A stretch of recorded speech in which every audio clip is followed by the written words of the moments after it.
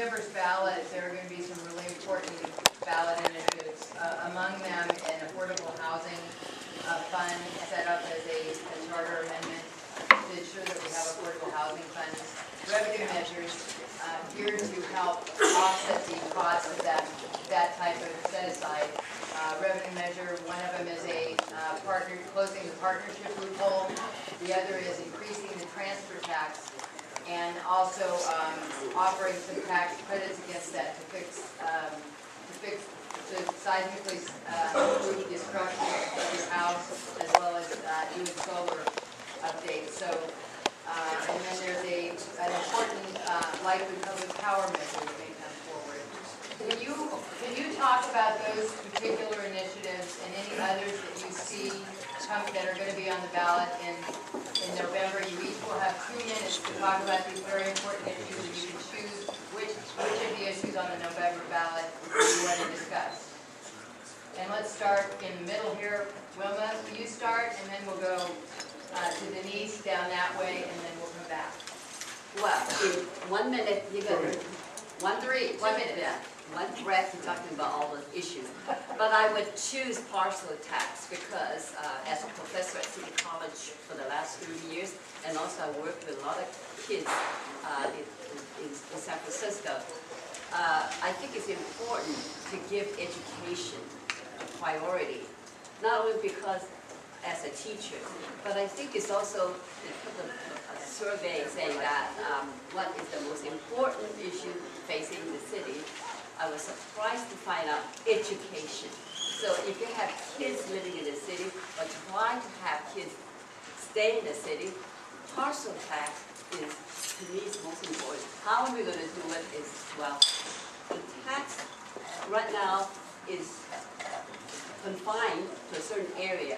And I think having like parcel tax for the school will add to charter schools that will attract students or come back to San Francisco, and also have kids staying in this the city. So that's one issue. Affordable housing is something that is very important, especially in North Beach and in our area. The density is so humongous. Chinatown needs affordable housing, and I think I'm the only one here who's been a renter all my life. I never own anything. I don't own a car, and I don't live I live in a rented house. So to dream that I can buy a place or afford to buy a place is probably my next life. I'm 67, so if by the time we make enough money to buy a house, it is going to be pretty hard. But I still dream of owning a place. Never did happen, but if it's happened, I really want to look into the affordable housing for this district, for my district. Thank you. Well, I spent my 24 years at the Telhai Center, most of it working on housing issues and issues for families. We can't hear. Oh, I'm sorry. Thank you. I said I spent the good part of my 25 years at the Telhai Center working on issues of affordable housing and maintaining affordable housing, mitigating out of new projects, mitigating affordable housing units. One of the key things that I worked on, and it literally took 20 years of my time, was the rebuilding of public housing in North Beach.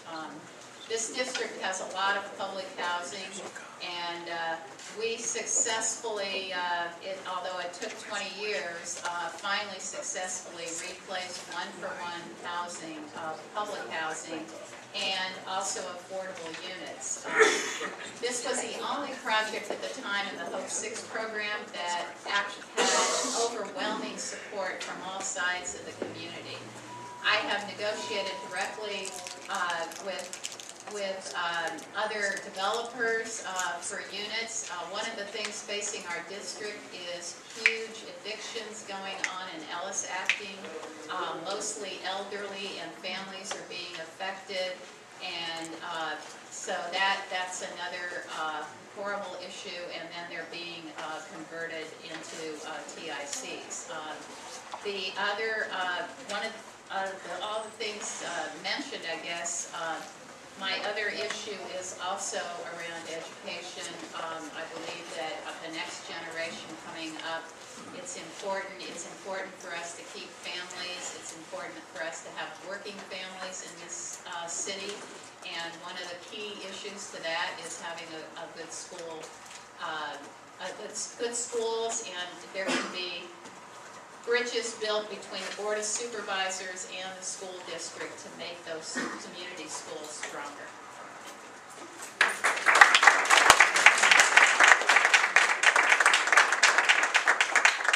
Yeah, so let me start with your question on public power. First of all, it's no longer called public power. We've got to get away from that notion.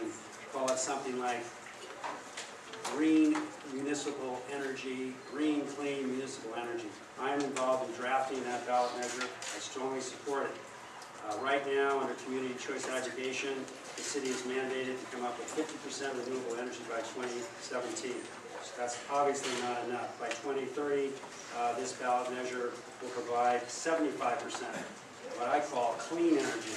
That means non-nuclear. 2040, we're at 100%. Let me get to your question on real estate transfer tax. I remember when Matt Gonzalez proposed doubling the real estate transfer tax, and he was attacked by then mayoral candidate Gavin Newsom as doubling the property tax. Well, that's not the case. I certainly support doubling the real estate transfer tax to over $2 million, which is, I believe, what Supervisor Peskin is proposing. I think Supervisor McGoldrick's proposal for doubling it at a lesser amount than $2 million, I'd have to take a closer look at. I do believe there should be offsets. I think the mayor wants to do some offsets. I personally would like to see the real estate transfer tax increase used for affordable housing. I think that would be a great solution.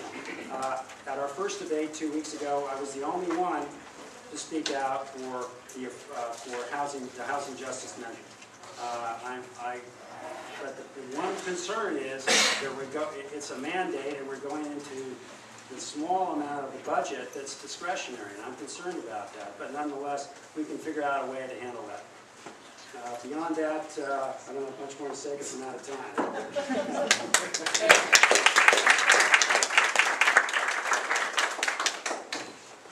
Nobody has talked about tax credits for seismic improvements, so I guess I'll be the first one to talk about it. I live in on the northeast waterfront, just very, very close to where Landview is. Maybe I'm almost living on Landview. So emergency preparedness is a priority to me, and I hope that to all of us, because we do live in earthquake zone here in San Francisco.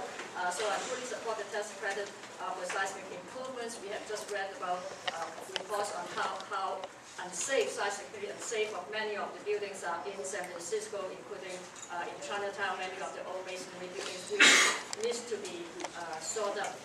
And having served for 5 years as the president of the Treasure Island Development Authority, I cannot tell you how many times I have raised the question about emergency preparedness and seismic safety, because we are only on an island which really have a lot of questions about seismic safety. Along that line, I would like to talk about affordable housing. It's clearly one of the most significant issues both for the district and for the city. I'm totally in favor of affordable housing, but we need to look at how to achieve affordable housing. On Treasure Island, we have been able to achieve 50% affordable for the redevelopment. I am a little concerned about setting aside in the budget to achieve affordable housing goals. I think when we talk about affordable housing, we should also look at both for renters as well as for those who own their first home. A lot of people in this district and in this city would like to have the opportunity to have home their first home. So I think that when we look at how best to achieve affordable housing, I think we should be considerate of both people that would like to continue to be renters and those that like to have their home. I think I'll stop. No, actually, you have 15 seconds.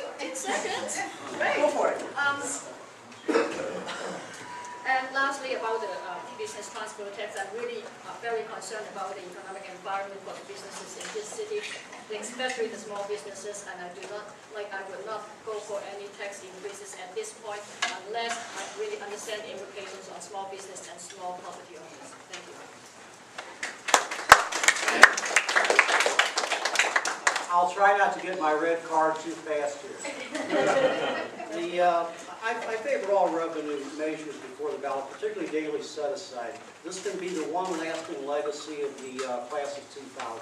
We should all get behind that, especially the members of the board on their way out. There's a more important issue on the state ballot there. It's gay marriage. And the NRA is suing us also. They're going to have a thing on. Last time we had gay marriage, remember 2000? You're going to have some really horrible, horrible people coming in after you here. The Reverend Lou Sheldon, somebody gave him $50,000, and he wanted to put gay people in, he called it city sanctuaries. He was HIV positive, city sanctuaries. That's concentration camps. At the time, Rob Morris, writing for the Examiner, said, guess which city's going to be first when we do that? The NRA is exactly the same thing. The NRA sued the city of San Francisco last week. The city of San Francisco came back today and said, we're going to sue you right back. Why do I bring up these two issues?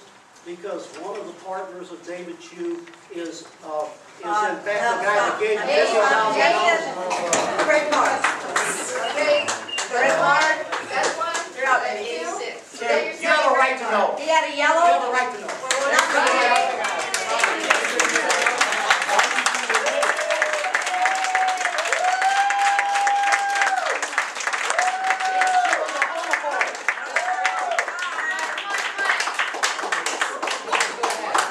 We're going to hear from the next speaker. And wait till you're back. Well, I have to say this because, again, my name is Earl Thibodeau. I'm from District 3. I think one of the, truthfully, the really basic things that we need to look at this point is that education. If we already got kids, people robbing everybody, they're on the streets already. If we close all these schools, where do you think those kids are going? I mean, honestly, I don't know. There's no jobs. The house is getting ready to lose. They're getting ready to lose their house. We're already complaining that people are robbing us. We're afraid our cars are getting scratched. They got a new way to scratch all those small business windows. Education, if we don't inspire people to feel proud about themselves and the space that they live in, they ain't gonna respect adults, they ain't gonna respect kids, anybody. And kids got more energy than us adults. I work out every morning, I have a lot of energy, but it's not gonna be enough. So they're getting all hypey. So folks, we really need to look very clearly and hard at the educational system. Oakland has, so as far as my feelings on education, I built computers, and I just wrote 2 letters to Microsoft and Adobe to get free licenses so that there's a program set that they have a computer that can learn whatever program they want to, but they must show up to school. If the schools look better in the streets, I guarantee you they want to get paid. They'll go to school. Affordable housing, the same thing. Stop being so greedy, folks. We got the beautiful city. If you got good tenants, it's going to live there forever. You don't have to worry about it. You can go to Thailand wherever you want. Be happy. Because if you got to keep on training somebody to come in your place, it's going to cost you. And you're going to get tired of it. Then you ain't going to have any feelings. You're going to get calloused by people. Now you don't know who to trust. We really need to take a hard look at what we have and how much of it we do.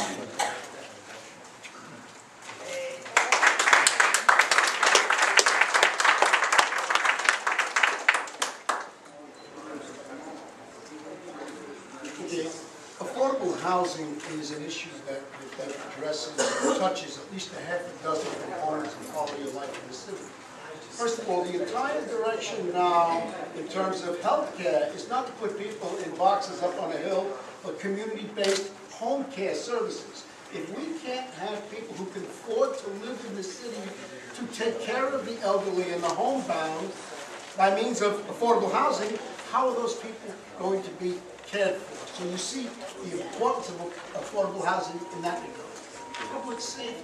If we can't have our police and our fire personnel afforded to live here in the city, how can we be protected in the event of an earthquake or God forbid, some type of a terrorist activity or something of that nature? Thirdly, our city is the oldest, if I can use the word old, meaning senior, as a commissioner on aging. We don't have young people. We need young families here. We want diversity. We want to see our schools begin to move in the right direction. So younger people need, 1 minute, younger people need to be able to afford to live in San Francisco. And obviously the people who built the city, we the seniors, we the people, we should be able to afford to live here too.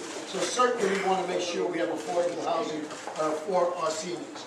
I also was appointed to the Mayor's Council for the 10-year plan for homelessness. The homeless need affordable housing, and that's why we have to work on the supportive housing program, which I have worked with Angela Aliotto to write the plan. In fact, she said, Mike, it couldn't have been done without you. Certainly it could have been done without me, but it wouldn't have been done as well, because I brought a perspective that was needed. So for that reason, I ask you to stay focused on affordable housing. Make sure we do it in a way that works. And I'm not too sure that the way it's going now may be the right way, but let's put our best brains behind it to make it work. Thank you.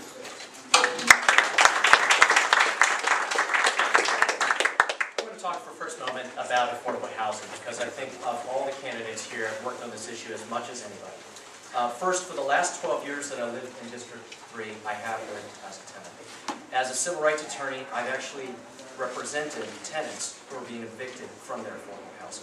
In fact, this year, with some folks in this room, I've worked on one of the largest LSAC evictions in District 3, happening in North Beach.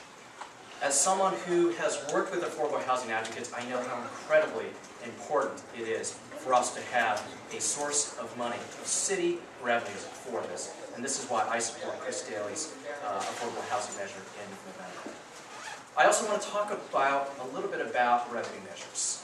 I sit on the city's Small Business Commission, and that is a commission that has many members of the business community. And for someone like myself who shares the values that we all have here in the room, it can be a very lonely place. Just to give you an example, I was the one person on my commission that voted against an ill-fated Wi-Fi program. I was one of 2 members of my commission who supported sick leave legislation. And I'm the only commissioner who's been talking about the importance of thinking about creative solutions to revenues. And I want to just put out 2 ideas. First of all, I think there are ways for us to squeeze and enforce our current real estate tax collections. I actually suggested to our city to our city assessor, that we create a real estate whistleblower program, so that big downtown companies that aren't paying their fair share be penalized for that. A couple months ago, we saw our first whistleblowing case. We brought $1.4 million of additional revenues into the city at no additional cost to taxpayers. But all that being said, I also support the revenue measures that have been proposed by the supervisor, because we are in a crisis. We need to make sure we have enough money for health care, for mental health services, and all the other things our city needs, and that's why I support our revenue measures. Thanks.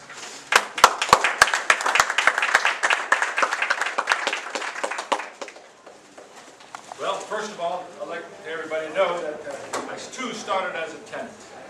And affordable housing is a major issue, because I today am a real estate broker. And I see the difference in what happens with the LSACs and when people get thrown out of their houses. And when people want to rent to old people, I had a client come up to me and said, Sal, I have a choice of renting between a young person and an old person. And I'm afraid I don't want to rent to the old person, because they're going to stay there for the rest of their life. That's the cutting edge of all of this different LSAC and tenants and all of this. We've got to be careful of what we do. I am for making more affordable tenant housing. I believe, first of all, there's not enough buildings being built for tenants, and affordable buildings for tenants. You have to start at the bottom, and you start to work your way up to the top. People eventually want to buy their own home. I see that happening every day. That's the American dream. That's your tax deduction. People don't like to spend money on rent, giving money away to an owner. So we have to find a way, a step, to get people in the system, and that also starts with good schools, by the way. Hand in hand, real estate, good schools. Bad real estate, bad neighborhood. Bad schools, bad neighborhood, it's symbiotic. You've got to make the education good, then your neighborhood gets better, then your businesses get better. It all works, but you have to start down at the basics. If we don't start at the basic, we're going to go on a pipe dream.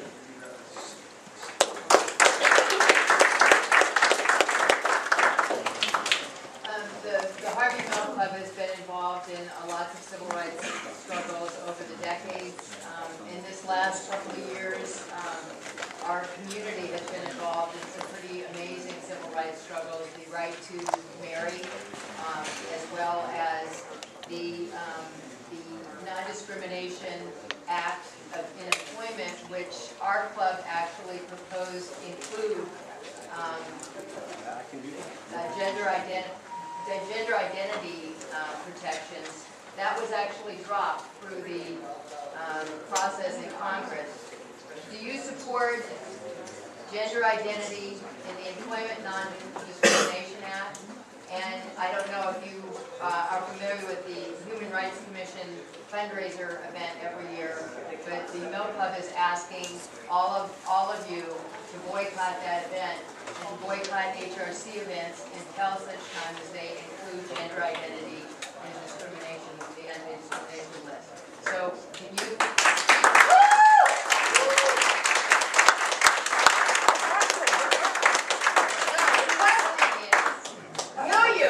Very simple. Yes. 1 minute to vote. So. Truthfully. Repeat your name for the audience. Yes, Okay. repeat your name so we all. Earl Thibodeau. Earl Thibodeau. His last name. We don't have enough good people. I don't care what you are. You come in whatever you want to be. If you're a good person, you give it to the community. I don't have any problem with you. I really don't. It isn't about that anymore. We need everybody we have. We can't afford to kick anybody out. The work that needs to be done is going to take all of us. And by looking at somebody and saying you don't like them or whatever, I'm sorry. So yes. Yes, you're supporting the boycott? Yes. We'll see you in front of the building. Mike D'Annunzio and my lifetime career track record speaks for itself in terms of complete non-discrimination from race, color, creed, national origin, sexual persuasion, orientation, identity, whatever the case may be. That's where I am. I have a record. I stand on it. I'm proud. Again, I'm David Chu, and in a past life I was a civil rights attorney fighting for equal rights. 12 years ago when I worked in Washington, D.C., I fought with a small band of Democratic staffers to unsuccessfully wage a war against the defense of America.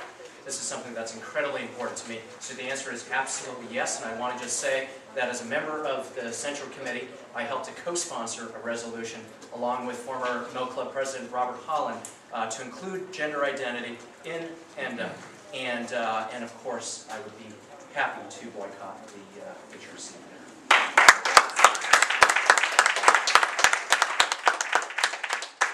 Just a moment ago, I told you I was a real estate broker. Your name again? Sal Buzalaki.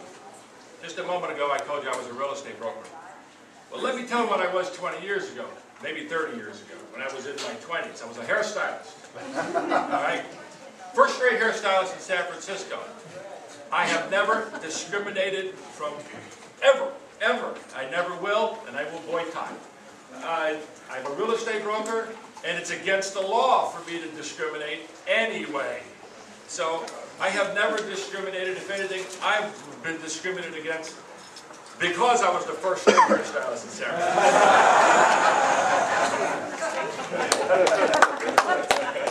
My name is Wilma Pang. I fully support the boycott. See me as an Asian American woman. It's already a discrimination in many cases. So, without saying anything, I don't want to go any further. I support the boycott.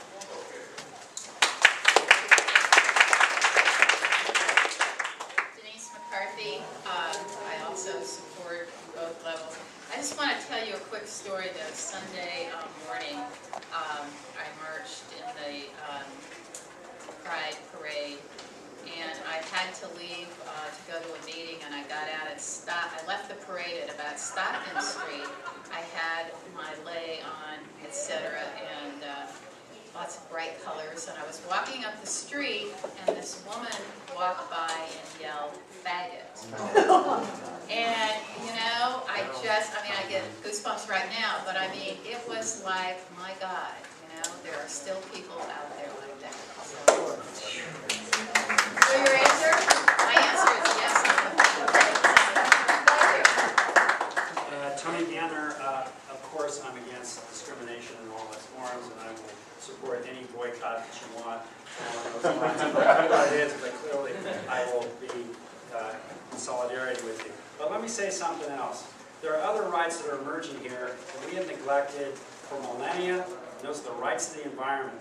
And you know, I went to the 30th anniversary party, and in this kaleidoscope that's emanating from Harvey Milk's heart, and I knew Harvey Milk when I worked in George Moscone's campaign for mayor, there's environmental activism. And we also have to talk about the rights of the environment. As far as I'm concerned, they are equal to human and civil rights. Perhaps even higher, but we're not there yet, okay? So let's talk about human and civil rights, but let's also keep in mind the environmental rights. Yes.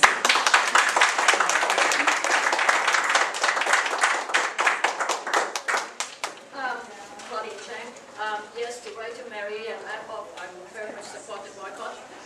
As the president who has, in my younger days, served as the president of one of the largest Asian Pacific American civil rights organizations that is headquartered in DC, I feel very much that we are all equal regardless of all the categories that we have named. I don't need to repeat them.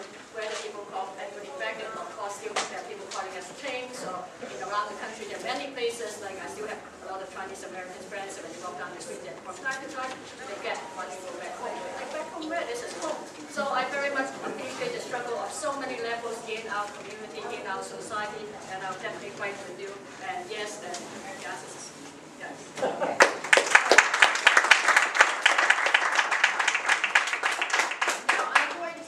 Go now to questions that have been submitted, some to specific candidates, and I'm going to try and have a question for each one.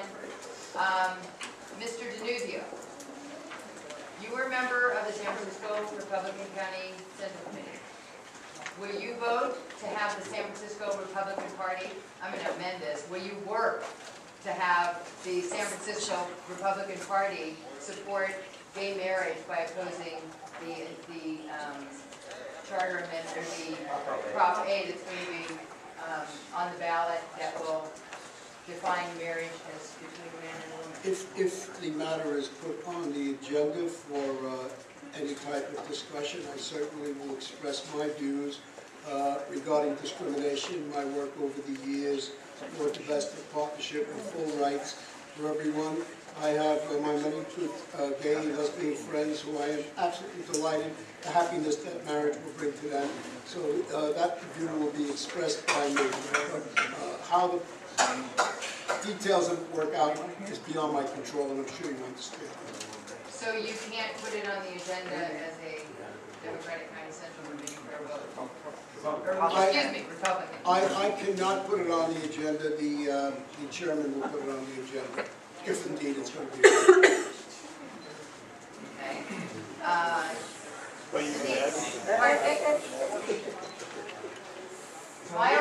This is from someone in the audience. My organization works with transgender Latinas in the Pope Gulch and Lower Nob Hill area who are harassed by police and do not have support system in place because of their undocumented status. What do you think can be done as their supervisor? Well, I've worked over the years with many, many families that were undocumented, and so I think that that's an issue, but we can certainly still provide people safety and support. My feeling about issues around that specific kind of an issue, but also the broader issues around working with the police, is that there has to be bringing the community together and bringing the police together to deal with these issues. I would have the group work closely with other support organizations in the district and beyond the district. I would want to meet with them. I would want to know exactly what is going on with the harassment. I would want to bring in the police captains and try and work that out. David Chu, the Harvey Milk Club, the San Francisco Bay Guardian, and the San Francisco Tenants Union have all endorsed Aaron Peskin for DWC chair. Last week he was honored as Man of the Year by the SF Labor Council. Who are you voting for as DWC chair? As some folks may know, that there's a current discussion among the Democratic Central Committee about the future leadership of the party. I obviously am quite close to Supervisor Peskin and have been talking to him about what we feel is in the best interest of the Democratic Party as well as for the progressive movement. And all of this is in flux right now, and I actually hope to speak to him about this evening. I think I will do, and Supervisor Peskin will do, what is in the best interest of this community and the Democratic Party. Okay. Claudia? I'm sorry? Yes. With Lennar winning the contract in Bayview and Proposition F failing, Proposition G winning, what is your plan to help offset the shortage of low-income housing? As a supervisor, you may well have votes on project plans in Bayview, Hunters Point. What do you think should be done to increase the availability of low-income housing, not just in Bayview, Hunters Point, but across the city? I think we should really look at the incentive programs that we work, not just, I think there needs to be a lot. I think it's unfortunate that we have to take resources. I'm sorry, I can barely hear you, so maybe just a little, you can start again. I'll touch you again, but I don't think people will probably hear. Affordable housing, I think it's very important that we provide very low-income housing. I think one idea that we've been talking with actually with some members of the police force as well as some teachers of that why can the city, since we are committed to protect tenants and rent control, why can't we be creative about creating housing and making sure it's affordable for those that we like to have them live in the city because they provided their lives to workforce in the city, and why can't we also put them in the category of people that we protect in terms of in the area of affordable housing. If we can be so much in favor of rent control, so why can't we look at possibilities of just maybe just looking for revenues and ways to make sure that we assist those people like members of the police, fire, teachers, nurses. Why can't we find a way to assist them for whether it's for purposes of rental, or if for some reason they have a family they like to purchase their own, then they can. I think we should look at creative ways to do it.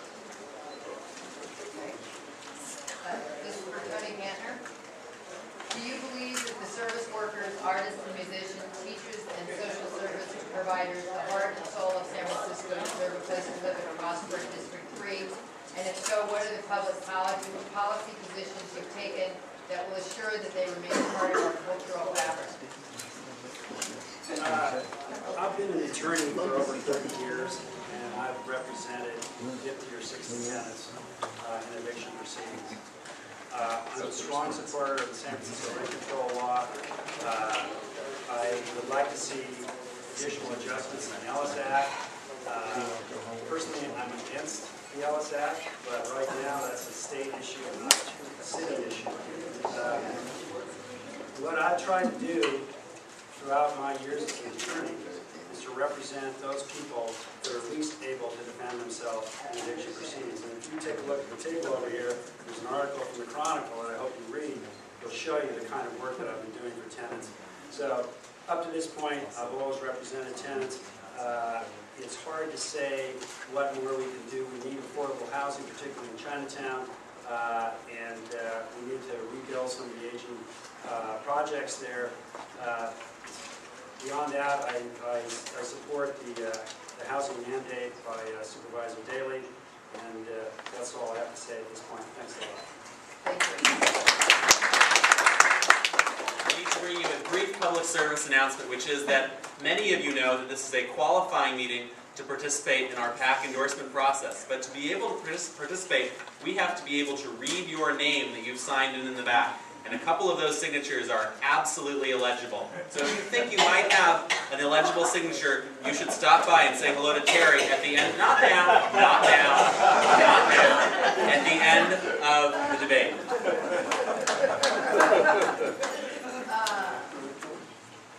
Sal, we recently read in the Chronicle about the Pagoda Theater and the challenges that seem to be present for developing that in any way at all.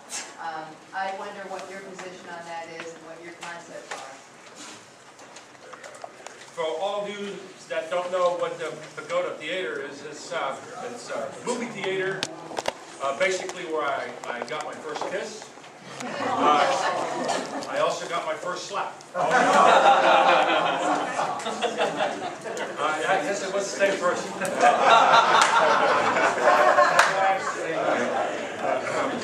No, different times. So anyway, right now proposed is to build a restaurant down below, a retail on to the left of the restaurant, and above that, high-end condominiums. The problem that I see with everybody that wants to have a theater there is if you spend $3 million to buy the property and $9 million to develop the property into a first-rate theater, you have no parking. Anybody would be a fool to try to build a theater and give away $11 million, $12 million, because that would be ludicrous. I am for what they're doing, but I don't like the way it is being made. It should be more in keeping with the integrity of the surrounding neighborhood. Is that what you said in the paper, Sal? I changed my mind since the last time. I'm allowed to do that because somebody brought me some other photographs that I thought it would be better. I like the concept. I don't like the way it looks on the outside. So, Wilman, what will you do to end the widespread corruption in nearly every city department, from police to fire, to DPW, to the housing department, community, to Parks and Rec? Well, the thing is, I'm going to be a saint. Well, in corruption, this is really like a string long to do it. What I would do is probably start from a very painful bottom. I think life is not a bowl of cherries. I just want to say that, why am I saying this? Because when I was born, I was not predicted to live beyond my childhood. When I got married and had children, I had severe postpartum depression. And then now I'm 67, I said, whatever it is really hard work and really understanding how to do things step by step. There is a philosophy in East saying that Tai Chi and Kung Fu. We all think Kung Fu can beat anything, but it's like the mountain and water. Water has more strength. Now, maybe I'm talking Turkey, how we going to learn Turkey. You have to really to be a very sincere person and not a corrupt person yourself to treat corruption.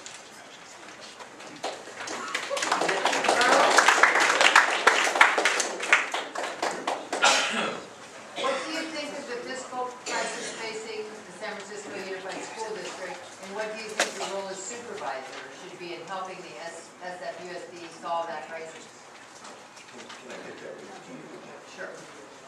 What do you think of the fiscal crisis facing the San Francisco Unified School District, and what do you think your role as supervisor should be in helping solve those problems? Okay. Well, as far as the school problem, the schools, Earl Thibodeau, again, Earl Thibodeau, the schools, folks, that is everybody's problem. Again, I know that we all have a lot of stuff that is compounded on top of us. I'm telling you, on my private time, I wrote Microsoft and Adobe to give me licenses. Somebody needs to take a pay cut up in the front. If you're a leader, I ain't gonna say anybody's name because I'm not into saying bad things about people. But when it comes to our schools, at some point we have to say what's more important. Again, I have to say, in every question everybody said in here, it was based around education. Everything. Okay, so again, if my role as supervisor would be trying to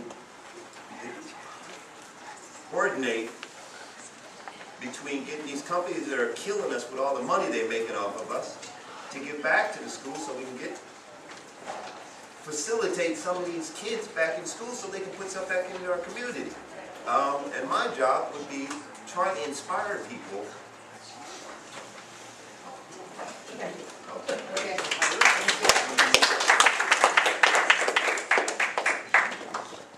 This is a question to all of you about development. We all see these large buildings going up and realize that they're full of pretty costly condominiums. We hear the Planning Commission battles with the development community claiming that providing any more of anything, including affordable units or community benefits, will make their projects unbuildable. The myth, in fact, is that we can't build low-cost housing because builders want 30% profit, or that is what the expectation is. So what is your proposal, especially seeing the tendency for focusing and just putting bunches of these tall buildings together with expensive condominiums? How are we going to be solving affordable housing if that's our attitude, and the developers seem to run the Planning Commission? So you each have 2 minutes to talk about this. And start with David. Okay.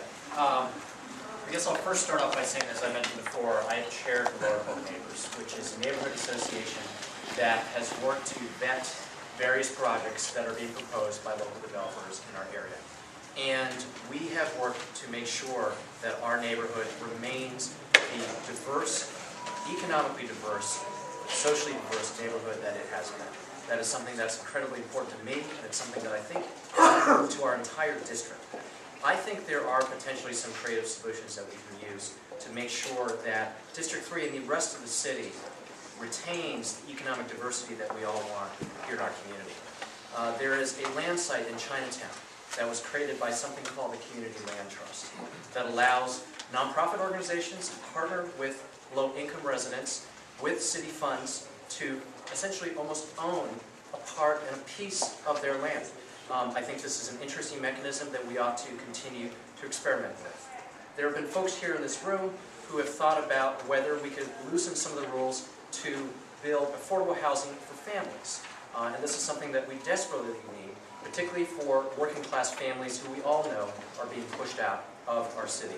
I can tell you in my district, I have so many friends who have moved out of the district because they haven't been able to afford the rent, because they've gotten married and they can't afford space for their families. And this is something that all of us, regardless of who gets elected, needs to really put their arms around and fix this and be able to work and build bridges with other members of the Board of Supervisors so that we can build a consensus and move our city forward.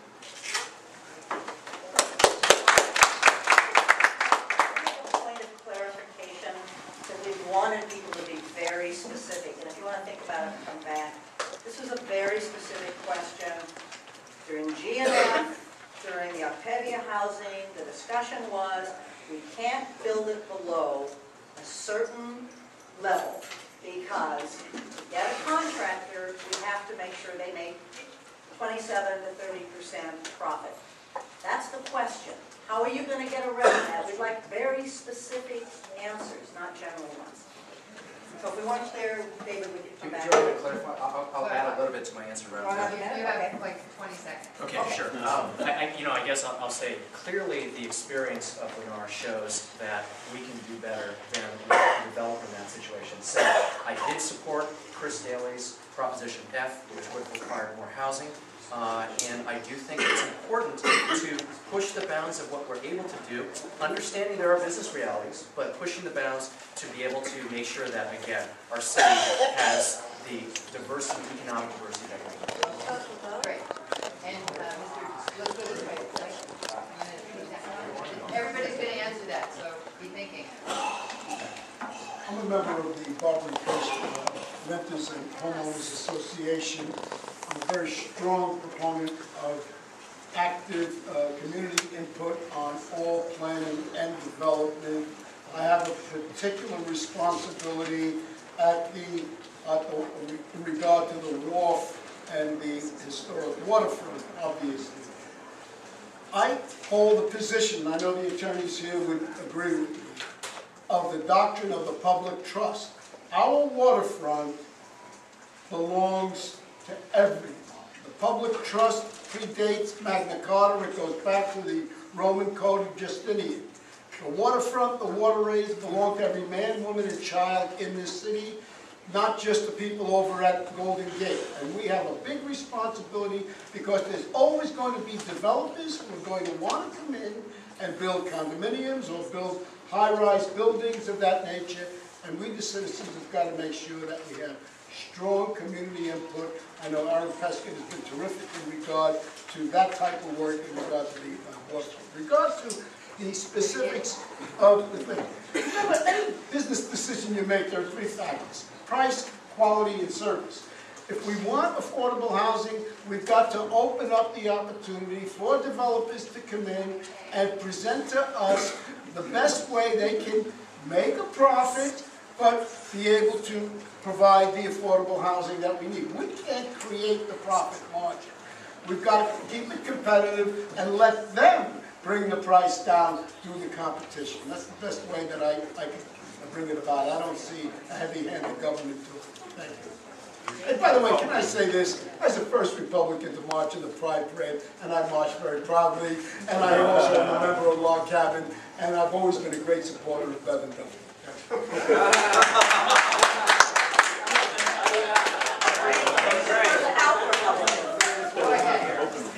Earl Thibodeau. Well, I've built malls. I have been an interior designer. But again, I'm going to have to change the direction of this.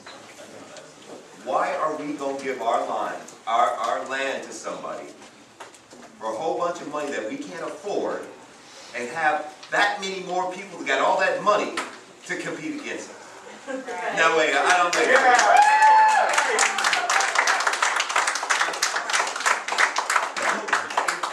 if you're misled in believing,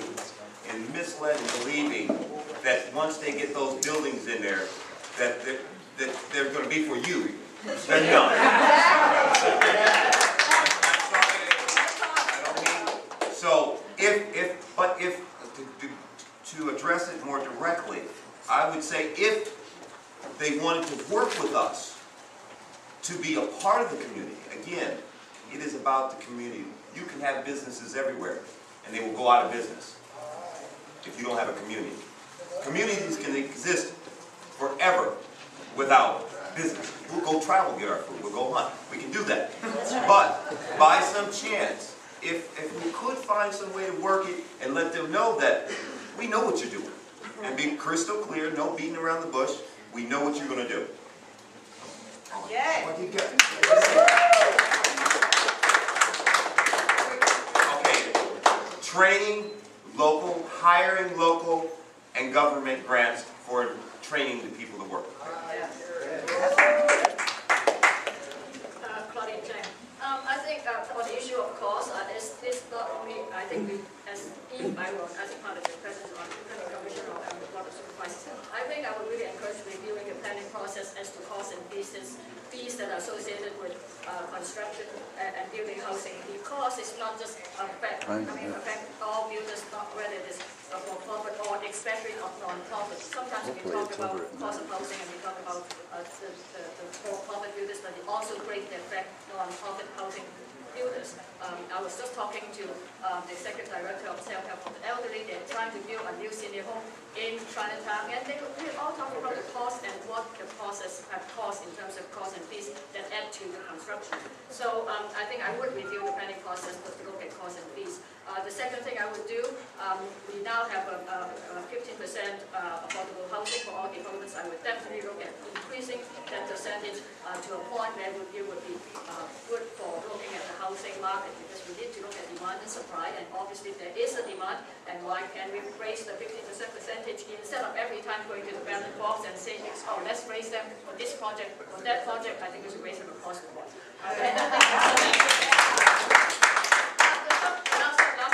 want to raise is that I think one of the candidates had mentioned about economic diversity is very important. I think as we look at increasing the percentage of affordable housing, maybe we should also look at the mandate of increasing also the percentage of inclusionary housing on site, because we want to make sure that our neighborhoods have economic diversity. Is very important. I think there are many projects right now around town that has included this component, and these are all great, beautiful neighborhoods that people from every economic strata can enjoy. So I'm definitely going to work towards that goal. Thank you. I have to be honest with you. I can't speak to profit margins at this point, but I'm happy to sit down with anybody who wants to educate them. So having said that, I agree with Claudine that the 15% affordable housing mandate should be looked at. I'm willing to support 20%. I think that's a practical thing to do. No. 15% impact fee. Impact fee, all right? That's where we're at right now. I'm willing to consider going up to 20%. Let's take a look at it. Now, in Lennar, we had labor that got involved. They did a good thing. They took it from 25% to 30 or 33, and that appears to be okay. So, in these larger projects, and I think at Treasure Island, we're only at 25%, I believe. It's 30. 30, okay. I think we can go up higher. All right? I think we can go up higher than that and still make the projects work. So, all these developers will tell you they can't afford it. 50%, that might be too much. I'm not certain, but I certainly think more than 25-30% is a doable objective. Thank you. Denise McCarthy.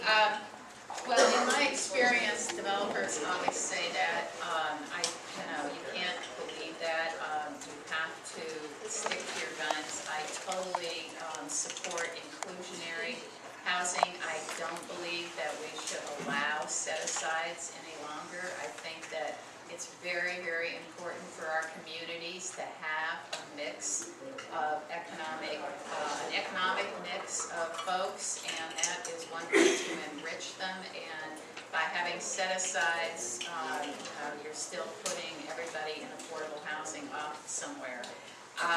My other thing is that I think that that really you do have to push the envelope in this. I also would agree with Claudine and Tony that I would totally support an extension and a larger percentage for affordable units.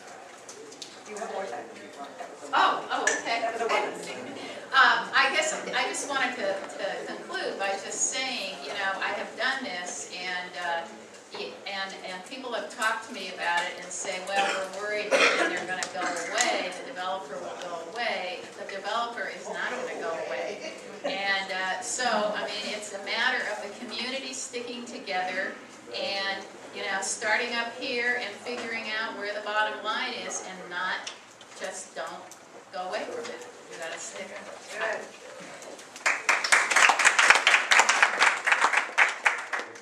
To be honest with you, I can't even balance my checkbook.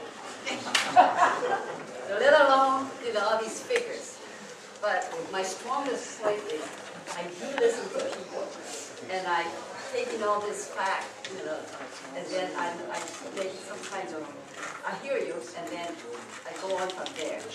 I do not have that kind of percentage you're talking about, 15, 37, or 50, because I've you know, been listening to some of you saying that 37% and some of you 50%. Chris Daly proposed 50% specifically the baby bonus point. Yeah. But I need to translate these figures into my head, see what it is. I will listen to you, and since I'm strong in communicating skills and people skills, that would work out. I don't have the answer for anybody, to be very honest. This is not my forte, but I'm very patient and trying to digest what you present to me if I am in office. I don't say, I have this, I'll tell you what to do. This has never been my style. So, be patient. If you want to educate me, I'm more than willing to do that. Thank you. Well, the first line of defense for any neighborhood is you. Thanks. I belong to the North Beach neighbors, the Russian Hill neighbors, and the Aquatic Park neighbors. And all of these groups, they have their pulse on the zoning, they have the pulse on the developers that are trying to build in their neighborhood, and without your support, or the neighborhood support, then they will build what they want. On the other hand, let's look at the flip side. Now, how do we know what's affordable? What can a developer afford? Do we start by telling him what his profit margin is to begin with, and work backwards, and see how much building he can afford, how much building he can get away? What is his profit margin? 5%? 10%? 15%? 20%? What's a good profit margin for somebody putting in a ton of money? So, I don't know, I don't have that answer, but maybe there should be a formula of finding out how much profit margin we want to give a developer and work backwards and see what the end result will come. Maybe we'll get more than 50%, I don't know.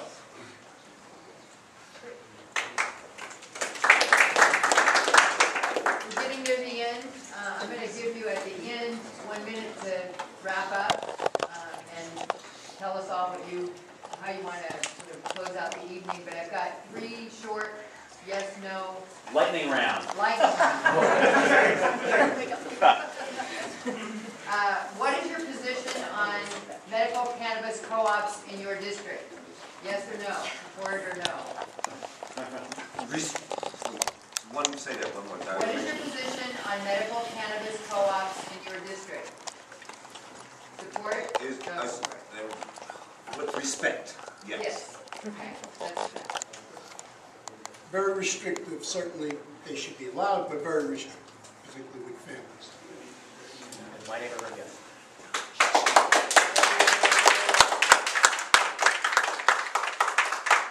I believe they should be allowed, should be controlled. Be careful of schools and churches. That too? I have no problem with it, I'll support it.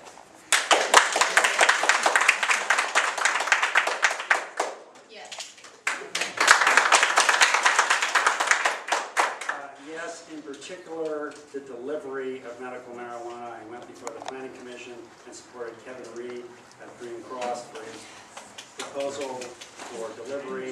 It gets around a lot of gnarly land use problems. The answer is yes.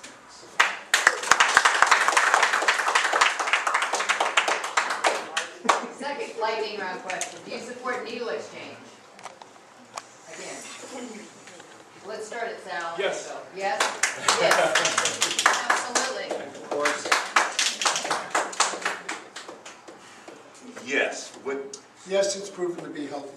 Yes.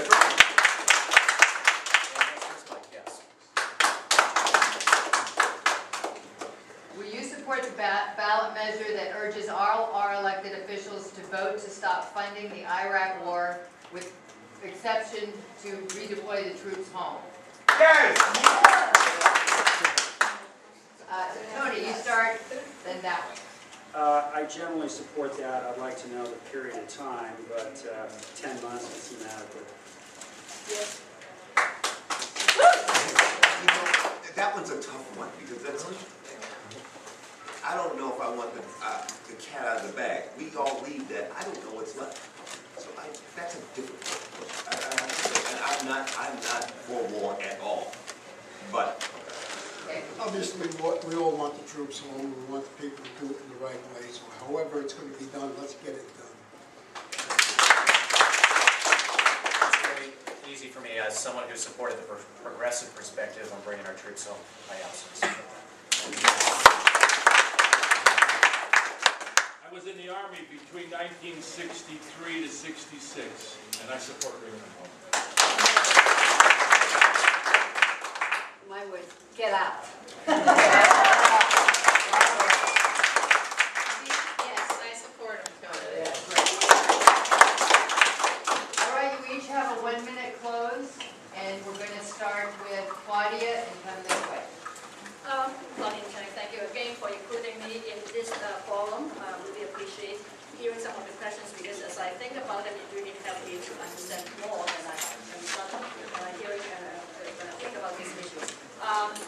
As I started, as we said in the beginning, I come with 20 years of community experience. In our city, there's no lack of ideas, there's no lack of debates on issues. I think what we really need at this time, in addition to experience, is a common sense, balanced approach, and an approach that is inclusive, and that encourages collaborations. Inclusive meaning that bringing people that might not agree with me, if I get to serve, if I'm honored to serve, meaning that working well with people that may or may not agree with me, but kind of give consensus, you the kind of to do something that's the best interest for everybody.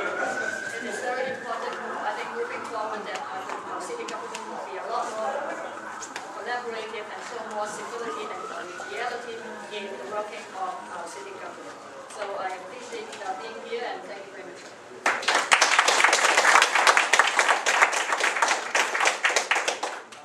As immediate past president of the District 3 Democratic Club and as founder of the North Beach Merchants Association, which is currently an 80-member association, I can work with both progressive and with small business.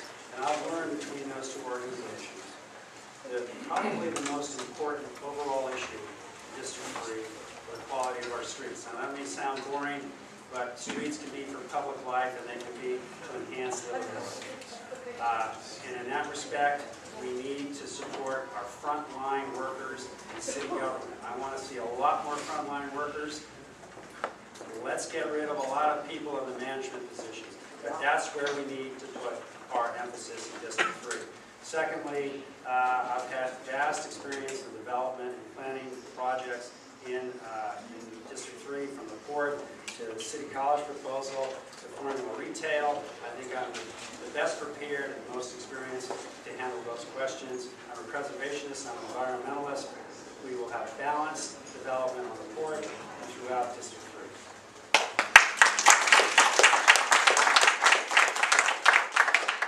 Denise McCarthy, I want to thank you all for the opportunity. I too learned a lot tonight. I thank you for your questions. The questions were really good and interesting. And one of the things that brings to mind is how common our issues are across this city. And I mean, what I want to do basically is bring the community together, get people working together to make decisions that benefit all of us and make this city better than it is today, better than ever. Thank you.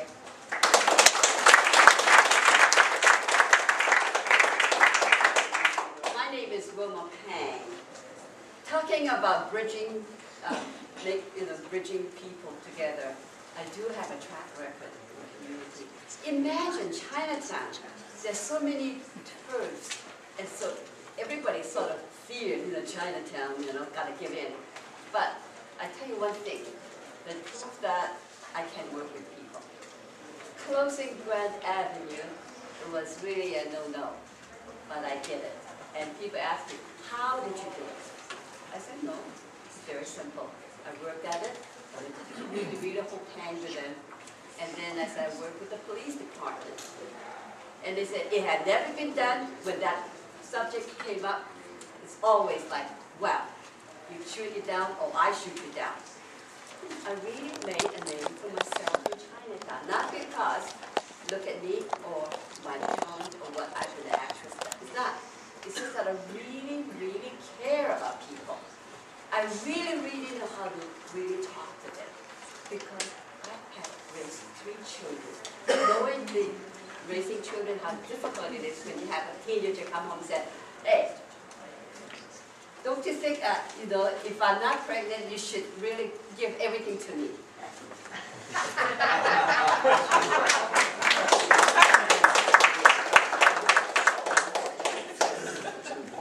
So, again, I've been a renter, I've been a landlord, I've been in business since my 20s. I've been in business to this day. I own a real estate company, which is a small real estate company in North Beach. The only thing I can say is that I think San Francisco needs to go in a direction of trying to make it run like a business, where a P&L statement, I don't know anybody here in business, anybody know what a P&L statement is? It's a profit and loss statement. And I believe that San Francisco uses a P&L as a profit and lose. And there are some issues where I think that we need to balance the budget. If we balance the budget, then everything that each one of us has spoke about today could get done.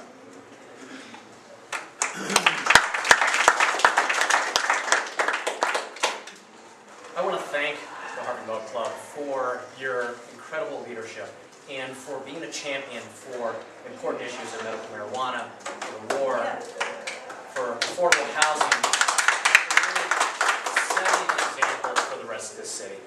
I hope everyone's had a chance to get the literature that's been circulating and to have a chance to see the folks who are supporting our candidacy. And I want to let you know that the reason they are supporting me is because they know I am fighting for the things that you want, for tenants, for immigrants, for working class folks, to make sure our neighborhoods reflect the types of developments that we want. They also know that I'm someone who can pull together the type of coalition to elect someone who shares your values, bringing together tenants and progressives and neighborhood activists and white folks and Chinese folks and the entire economic and racial diversity that is San Francisco. So with that, I would love in the coming weeks and coming months to continue a very real dialogue with all of you about how we can improve our city, improve my district, and again, thank you for tonight.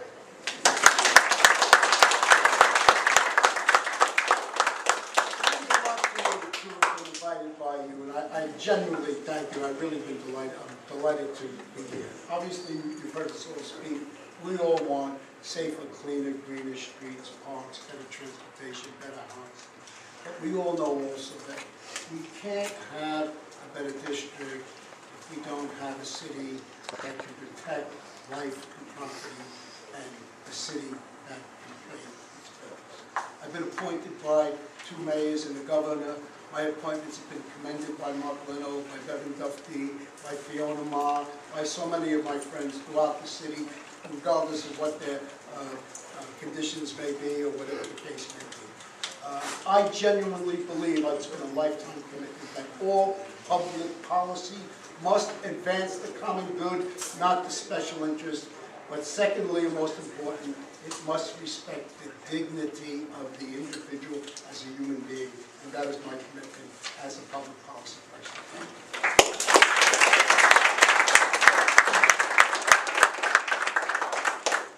Earl Thibodeau. Honestly, I'm elated for being here. I never thought that I would be here. So thank you. Thank you, and you guys have been very informative. Thank you so much. Folks, it's about you. Okay, truthfully, this is all about you. My card says, I'll read it, and I write future in. We, the community, can make a difference for our future. That means every single one of us, if we can actually get together, none of this is not that bad. It really isn't that bad. Get the flipping, honestly, get rid of all those junk, the parking meter machines, put some people out there. They need help. They need jobs. We don't need to pay repairs and gas and all that stuff for the car. Those things on the street that we have that look really beautiful. They really look beautiful. We look like somebody's beautiful. My last thing is, people, we can do it, and it's all about you.